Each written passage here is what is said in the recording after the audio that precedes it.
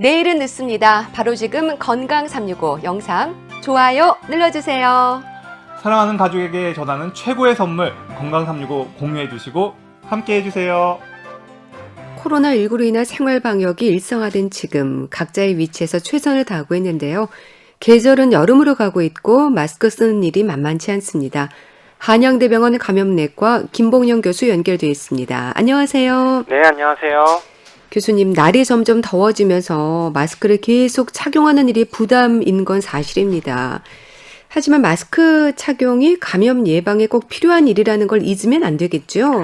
네, 요즘 날씨가 무척 더워진 것 같습니다. 마스크를 장시간 착용하는 게 많이 힘들어지는 계절이 온 것 같은데요. 네.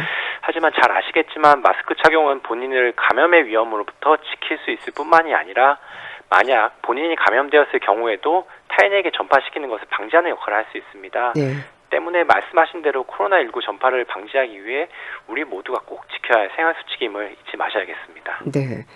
근데 KF80도 너무 힘들어서 보건용 마스크를 쓰는 경우가 많아지고 있는데요. 이거 괜찮을까요? 네, 우선 한번 그 용어를 짚고 넘어가야 될 것 같은데요. 네. 그 보건용 마스크는 유해 물질이나 감염원으로부터 우리 호흡기를 보호할 목적으로 일상생활에서 사용하는 마스크를 이야기하고 네. 입자 차단 정도에 따라 KF80, 94, 99 등급으로 나뉘게 됩니다. 여기서 숫자는 미세 입자를 차단하는 정도를 의미하는데 KF80의 경우 미세 입자를 약 80% 정도 차단하는 기능을 가진 마스크라고 보시면 되겠습니다. 네. 따라서 엄밀히 이야기하면 KF80도 보건용 마스크에 포함된다고 볼 수가 있는 거겠죠.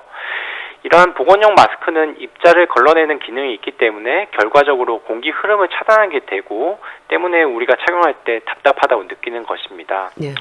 요즘 이보다 좀 얇고 간단하게 제작된 마스크를 착용하신 분들을 많이 볼 수 있으실 텐데요. 주로 파란색이고 요즘 분홍색도 많이 착용하고 계시고요. 네. 이것들은 일회용 좀 덴탈 마스크입니다. 그 미세 입자보다는 주로 보다 큰 그런 입자의 물질을 차단할 수 있는데 코로나 바이러스가 주로 미세 입자 형태가 아닌 침방울 형태로 전파된다는 특성을 감안하면 일상생활에서 이러한 마스크들을 착용하기에는 큰 무리가 없을 것이라고 생각합니다. 네.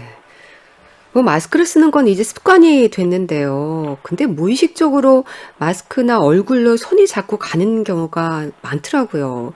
이제 땀이 좀 많아질수록 이런 일들이 늘어날 것 같은데 걱정입니다. 조심해야 하는 부분들 좀 짚어주시죠. 네, 앞서 말씀드린 것처럼 마스크의 중요한 기능은 외부의 감염원이 우리의 코나 입으로 들어가는 것을 막아주는 물리적 장벽으로서의 역할을 하는 것입니다. 네. 따라서 만약에 감염된 사람을 마주치게 된다면 마스크 앞부분에서 이러한 감염원이 묻어 있을 확률이 높아지겠죠. 이렇게 마스크가 제 역할을 잘해서 바이러스 침투를 막았다고 할지라도 만약 마스크 앞부분 손을 만지고 그 손으로 다시 코나 눈을 비비게 되면 바이러스가 침투할 여지를 주게 되는 것입니다. 네. 그래서 마스크 바깥 부분은 오염된 부분이라는 점을 항상 명심하셔야 되시겠고요. 따라서 가급적 만지지 않고 버릴 때도 최대한 손이 닿지 않도록 접어서 버리는 그런 습관을 들여야겠습니다. 네. 그 마스크의 앞부분, 바깥 부분을 만지지 마셔야겠군요. 클럽발 감염으로 인한 감염이 5차 감염으로까지 이어지고 있습니다. 이렇게 감염 위험이 사라지지 않는 이유가 뭘까요? 그 코로나 바이러스가 증상이 뚜렷지 않은 감염 초기에 바이러스 전파량이 높은 특성이 있지 않습니까? 네. 그래서 그 사람들이 감염이 되었는지 안 되었는지 인지를 하지 못하는 상황에서 많은 전파가 일어나는 것이죠. 이 부분이 전파 방지 대책 수립에 있어서 가장 어려운 점이라고 할 수 있겠습니다. 네. 그래서 방역당국에서도 특히 젊은 청년층의 다중시설 이용 자제를 강조하고 있는데요. 그러니까 젊은 층에서 무증상 감염이 많은 것도 우려되는 부분 중 하나인 거죠? 네, 그 당연한 사실이겠지만 사람이 많이 모일수록 그곳에는 그 바이러스에 감염된 사람이 있을 확률이 높아집니다. 네. 또한 잘 알려져 있다시피 환기가 잘 되지 않는 밀폐된 공간에서 전파가 보다 효과적으로 일어나게 됩니다. 연령에 따라 사실 그 무증상 환자의 비율에 차이가 난다는 근거는 아직 존재는 하지가 않아요. 하지만 아무래도 특정 자수가 모이는 그런 밀폐된 공간을 고령보다는 젊은 연령층에서 주로 이용하기 때문에 이런 공고안이 나오고 있는 것 같습니다. 근데 본인은 무증상으로 증상 없이 지난다고 하지만 가족과 이웃은 물론이고 전국적으로 2차, 3차, 4차, 5차 감염으로까지 이어지고 있지 않습니까? 이게 무증상이어도 전파력은 높은 거잖아요. 네, 그 증상 발현 여부와 상관없이 감염 초기에 바이러스 배출량이 매우 높거든요. 네. 그래서 본인이 감염의 위험에 노출되었다고 판단된다면 비록 무증상이더라도 항상 조심하고 또 조심하는 수밖에 없겠습니다. 네. 이 젊은 층을 중심으로 이어지는 조용한 전파가 우려되는 시점에서 지자체별로 동전 노래방 집합 금지라든지 또 다중 이용 시설의 집합 금지를 연장하는 곳도 있고요. 또 노래방의 전자 출입 명부와 같은 조치들이 이어진다고 하지만 가장 중요한 건 아무래도 이용자들의 적극적인 협조이지 않을까요? 네, 적극적으로 동의합니다. 유행이 장기화되고 있는 상황인데요. 이러한 우리가 취하고 있는 행정 조치는 일시적인 것이지 유행이 끝날 때까지 지속할 수 있는지는 아무래도 좀 미지수입니다. 네. 무엇보다 우리 스스로가 항상 조심하고 신경을 쓰는 수밖에 없을 것입니다. 아무래도 밀폐된 공간의 위험성에 대한 인식이 우선돼야 할 것 같은데 어떻습니까? 네, 맞습니다. 특히 밀폐된 공간에서는 바이러스의 밀도도 높아지고요.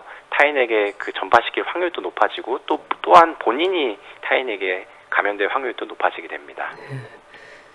그런데다가 어디에서 감염되는지 확인이 되지 않은 깜깜이 감염도 걱정이 됩니다. 이건 어떻게 이해하면 될까요?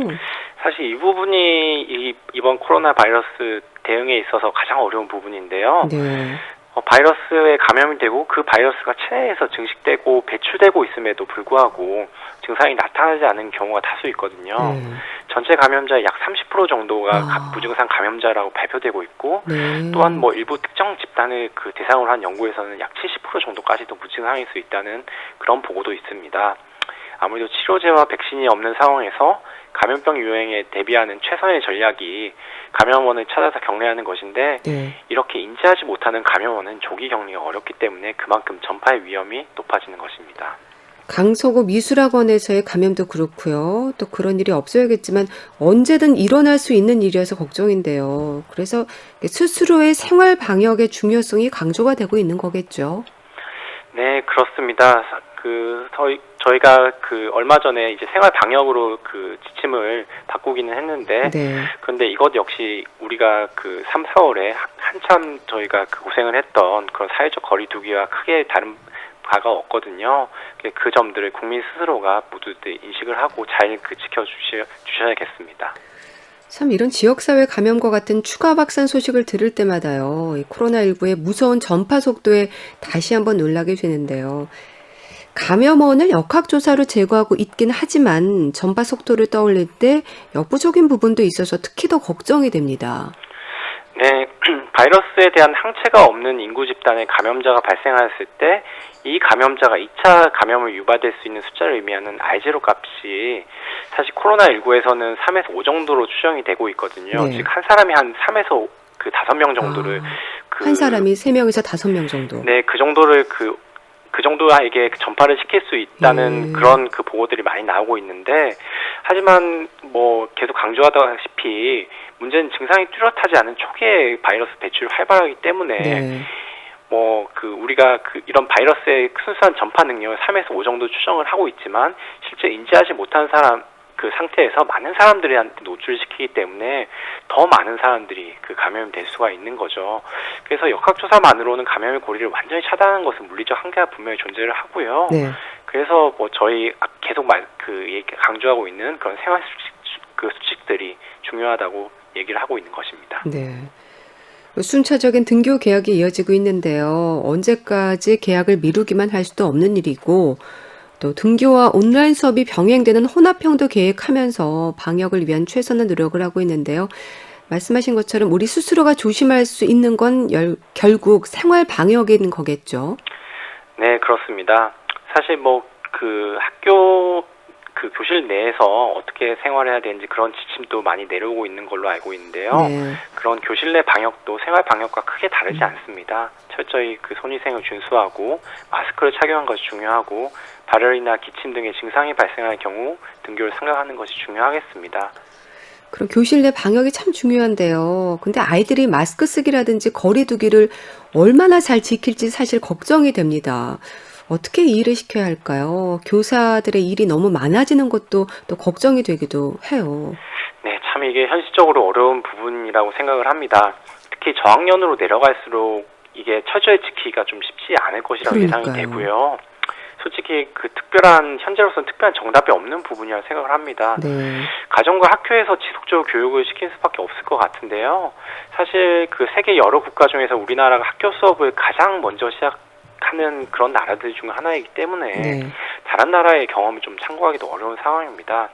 아마도 그 현장에서 부족한 점들이 앞으로 좀 나올 텐데, 뭐 이런 부족한 점이 좀 된다고 할지라도 고생하고 계시는 일선 선생님들께 과도한 지책을 하기보다는 서로의 상황을 최대한 이해하려고 노력하며 해결책을 같이 모색해보는 그런 분위기가 조성될 수 있기를 기대합니다. 네. 이제 백신이 나오기 전까지는 코로나19 이전의 생활로 돌아갈 수 없다는 좀 안타깝지만 인정하고 받아들여야 하는 현실이 아닐까 싶은데요. 교수님, 백신 개발은 아직 기다려야 하는 거죠? 아직까지는 좀 시간이 걸릴 것 같습니다. 네. 현재까지 알려진 바로는 이제 임상시험에 들어간 백신이 총 8종이 있고요. 미국과 중국, 영국, 독일에서 각각 시험 중이라고 알려져 있습니다. 네. 하지만 이게 임상시험을 한다고 해서 백신이 바로 개발되는 건 아니고요. 당연히 이런 임상시험 과정에서 백신이 효과가 있는지 이런 유효성을 입증을 해야 되고, 그리고 인체에 투여했을 때 무리가 없는지 그런 부작용이 적음을 입증을 해야 됩니다. 과정이 물론 상당히 좀 까다롭고요. 지금 현재 유례없는 세계적 대유행을 겪고 있다는 점을 감안할 때 이런 절차는 다른 백신보다는 간소화될 가능성이 높습니다만, 특히 안전 문제에 대해서 매우 신중하게 접근해야 되기 때문에요. 네. 아무래도 연내에는 좀 쉽지가 않을 것이라고 조심스럽게 예상합니다. 그런데 코로나 바이러스와 관련해서 G그룹, S그룹, V그룹이라는 말을 하잖아요. 이거 설명을 좀 해주세요. 이게 현재까지 코로나19 바이러스의 변이 양상을 분석해 본 결과고요. 크게 3가지 유형의 바이러스가 세계적으로 유행하고 있다는 뜻으로 이해하시면 되겠습니다. 네. 처음에 S그룹 바이러스는 중국에서 처음 주로 유행한 바이러스고, 우리나라에서는 우한 교민이나 아니면 초기 감염자들이 주로 가지고 있었고요. 초기에, 네, V그룹 같은 경우에는 S그룹에 조금 변이되었을 거라고 예상을 하고 있고, 우리나라를 비롯한 동아시아 감염자들에게 주로 발견되었다고 알려져 있습니다. 네. 우리나라 신천지 사태 때도 대부분 V그룹이었다고 하고요. 반면에 G그룹 같은 경우에는 유럽이나 미국에서 주로 발견되고 있다고 알려져 있습니다. 그룹 간 전파력이라든지 병원성이 좀 다른 건가요? 이게 아직까지는 정확하게 밝혀진 바는 없습니다. 네. 이게 물론 전파력이나 병원성이 바이러스 그룹별로 다를 수가 있지만, 하지만 다른 바이러스들의 경우를 참고해 보았을 때 이러한 변이가 다소 있다고 해도 반드시 그게 전파력이나 병원성이 달라진다는 것을 의미를 하는 것은 없거든요. 네. 그래서 이제 이 순간에도 지금 이제 세계의 많은 연구자들이 이런 바이러스 그룹 간의 차이를 규명하기 위해서 많은 노력을 하고 있을 것이기 때문에 연구 결과를 조금 기다려보면 아마 명쾌한 답변이 나오지 않을까 생각합니다. 그럼 이 백신이 개발되면 S그룹, V그룹, G그룹 모두 통합 예방이 되는 겁니까? 이것 역시 사실 확실하게 말씀드리기 좀 어렵습니다. 그렇군요. 한 가지 그룹의 바이러스에 감염되거나 백신 접종을 받은 후에 형성된 항체가 다른 그룹의 바이러스의 침투를 막을 수 있을지는 여전히 미지수인데요. 만약 인플루엔자 A형, B형으로 나뉘듯이 예를 들어서 S그룹 바이러스에 대한 항체가 생겼어도 V나 G그룹 바이러스에 노출되었을 경우 감염이 일어날 수 있다고 한다면 네. 각각의 그룹에 대한 항체를 모두 생성할 수 있는 그런 백신 개발이 좀 필요할 수가 있겠습니다. 네. 자, 그리고 미 트럼프 대통령이 복용하는 말라리아 약의 사망 위험 증가에 대한 연구도 나오고 있는데요. 이 부분에 대해서도 설명을 좀 해주시죠. 최근에 관련된 연구들이 좀 나오고 있는데요. 최근에 유명 의학 학술지인 란셋에 671개 병원의 9만 6천 명의 코로나19 환자를 대상으로 한 연구 결과가 실렸습니다. 네. 이 연구에서 말라리아 약인 하이드록시 클로로킨과 클로로킨을 복용한 환자들에서 사망 위험도와 중증의 심장 부정맥 발생의 위험도가 해당 약들을 복용하지 않은 환자들에 비해 유의미하게 높게 관찰이 되었고요. 네. 또 다른 유명 의학 학술지인 뉴잉글랜드 저널 오브 메디신에서는 이들 약제 복용이 환자의 사망률 개선에 큰 효과가 없다는 그런 좀 실망스러운 연구 결과도 발표되기도 하였습니다. 아마도 이제 이런 연구 결과가 앞으로 더 많이 나올 건데요. 이제 멀지 않은 미래에 이 약제를 코로나19 감염증에 계속 사용해야 할 것인지 아니면 말 것인지에 대한 확실한 공고안이 나오지 않을까 그렇게 생각하고 있습니다. 좀 더 지켜봐야 되겠네요. 네네, 맞습니다. 스웨덴의 집단 면역 실험 역시 실패라는 지적도 있던데요. 이건 어떻습니까? 이게 그 스웨덴의 경우 많은 나라들이 취하고 있는 적정히 봉쇄 전략을 취하지가 않았죠. 대신에 그 비교적 위험성이 낮은 젊은 연령대 사람을 중심으로 감염체에 노출시킴으로써 집단 면역을 생성하여서 코로나19에 대응한다 그런 기조를 취했었는데요. 네.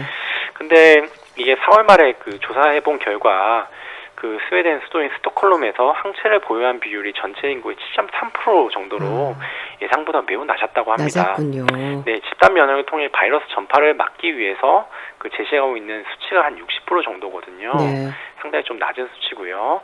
반면에 사망률은 현 시점에서 12% 정도로 나오고 있어서 세계에서 가장 좀 높은 수준을 기록하고 있는 그런 상황입니다. 네. 자, 그리고 해외 어린이 괴질이 유행하면서 우리나라도 감시 체계를 가동한다고 들었습니다. 교수님, 이건 어떤 의미일까요? 우리나라는 어린이 괴질 환자가 발생한 적은 없잖아요. 네, 아직까지 우리나라에는 이런 그 괴질 환자에 대한 보고가 없는 것은 사실입니다. 네. 지난달부터 유럽을 포함한 약 13개국에서 고열과 발진, 안구 충혈 등의 증상을 보이다가 심하게 사망일까지 이르게 되는 괴질 어린이들에게서 발생한 사례들이 보고되고 있어서 이게 혹시 코로나19와 그 좀 관련이 있지 않을까 이런 의문이 제기가 되고 있는 시점이고요. 네. 근데 사실 아직까지 그 코로나19와 그 어떤 연관성도 확실한 연관성이 밝혀지지는 않았습니다. 국내에서도 혹시 모를 위험에 대비해서 감시 체계를 가동한다 이런 정도로 이해하시면 좋겠습니다. 네. 전 세계적으로 코로나19로 인한 고통을 겪고 있는데요. 이제 계절이 여름으로 가면서 더워지면 좀 코로나19 바이러스가 주춤하지 않을까 기대하는 부분도 있는데요. 어떨까요? 또 지적되고 있는 가을 2차 대유행 가능성이 부담스럽게 다가오기도 합니다. 네, 사실 이런 기대가 나왔던 배경이 그 신종 코로나 바이러스의 사총격이 되는 바이러스죠. 계절성 감기를 유발하는 일반적인 코로나 바이러스가 주로 겨울철에 유행하고 여름에 되면 좀 사라진 양상을 계속 나타냈거든요. 네. 그래서 사람들이 그 여름이 되면 코로나19도 조금 사그라지지 않을까 하는 그런 기대를 했던 것이 사실입니다. 그런데 기온이 30도 근처로 유지되는 브라질이나 싱가포르 같은 지역에서도 전파가 활발하게 발생하고 있는 것을 보면 여름이 오더라도 계속 유행할 가능성이 충분히 있을 것이라고 예상이 되고요. 네.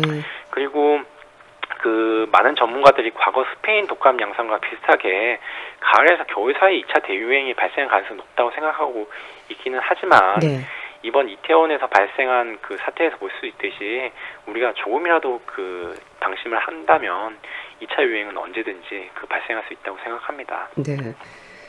에어컨 사용에 대한 우려도 있습니다. 특히 대형 건물의 경우에는 하루 종일 이제 에어컨이 작동이 될 텐데요. 공기 순환 감염의 위험은 없을지를 또 걱정하거든요. 어떨까요? 이 부분이 또 다른 좀 우려점인데요. 예. 아무래도 외부와 차단된 채로 내부에서만 공기 순환이 일어날 경우에 전파의 그 우려가 높아지겠죠.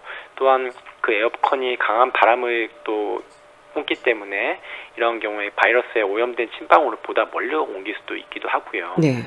이러한 우려 때문에 정부 당국은 실제 확진 환자들이 반드시 방문하게 되는 선별진료소에는 에어컨에 미세입자를 걸러낸 헤파 필터를 설치하는 지침을 최근에 발표하기도 하였고요. 네. 하지만 그 이외 공공장소에서는 어떤 그 지침을 내릴지에 대해서는 아직까지 좀 많은 고민을 하고 있는 것으로 알고 있습니다. 네. 현재로서는 이런 그 순환 감염 위험을 낮추기 위해서 환기를 주기적으로 잘 시키고 공조 시설을 철저히 점검하는 것을 좀 그 신경을 써야겠습니다. 네. 생활 방역의 의미로도 환기 또 강조가 되고 있는데요. 건물이나 집안의 환기에도 우리가 좀 신경을 써야 되겠죠? 네, 물론입니다. 그 환기만 적절히 잘 시켜도 바이러스 양이 현저하게 줄어들게 되고 감염 전파의 위험성도 낮아지게 됩니다. 네. 중앙방역대책본부에서는 창문을 1시간 열고 환기를 적절히 시키면 실내 환경에서의 코로나 바이러스는 100분의 1 수준으로 줄어든다고 발표하기도 하였습니다. 네. 2020년 새해 들어 1월 20일에 첫 확진자가 나온 이후로 4개월이 지났습니다. 코로나19 감염에 있어서 우리 보건당국이 감당할 수 있을 정도의 감염으로 방어가 가능하다면 그나마 걱정을 좀 덜 수 있는 거라고 하잖아요. 코로나19 시대를 살고 있는 지금 우리가 좀 명심해야 하는 부분이랄까요? 짚어주신다면요. 네, 이번 이태원을 시작으로 한 집단 감염 사태를 경험하면서 보셨다시피 그 위험은 언제나 어디에서나 존재합니다. 결국 이 상황을 극복하는 데에는 개개인의 철저한 노력이 좀 중요하고요. 사실 매우 힘든 건 사실입니다. 네. 네, 이미 이제 4개월이 넘어가고 있는 시점이어서 매우 힘든 건 사실이지만 반드시 그 손위생을 철저히 하시고 공공장소 방문 시에는 마스크를 착용하시는 것, 그리고 발열이나 호흡기 증상 등의 몸 컨디션이 좀 이상이 있을 경우에는 가급적 외출을 자제하는 등의 생활 방역 수칙을 명심하고 지켜야겠습니다. 네. 클럽발 감염 확산이 여전하고요. 또 깜깜이 감염과 지역사회 감염으로 이어지고 있는데요. 혹시라도 동선이 겹치거나 할 경우 자발적으로 검사를 받는 협조가 우리 모두를 위한 일이라는 생각도 해야 될 것 같은데 어떻습니까? 물론입니다. 그 생활 방역 수칙을 지키는 것과 더불어서 그 정부 당국의 역학조사와 그에 따른 공고사항에 적극적으로 협조를 해야 됩니다. 네. 이런 부분에 협조가 이루어지지 않을 경우에 초기에 접촉자 범위를 제대로 설정할 수가 없고요. 그 결과 2차나 3차 감염을 발생시킬 수도 있습니다. 다소 불편하더라도 우리 모두의 안전을 위해 반드시 또 명심하고 지켜야 될 부분이겠습니다. 네. 오늘도 무사히, 오늘도 안전하게 내가 할 수 있는 일, 생활 방역을 지키는 일이라는 거 꼭 기억하셨으면 합니다. 나만 힘든 게 아니라 모두가 힘들잖아요. 자, 한양대병원 감염내과 김봉영 교수와 함께 했는데요. 말씀 잘 들었습니다. 감사합니다. 네, 감사합니다.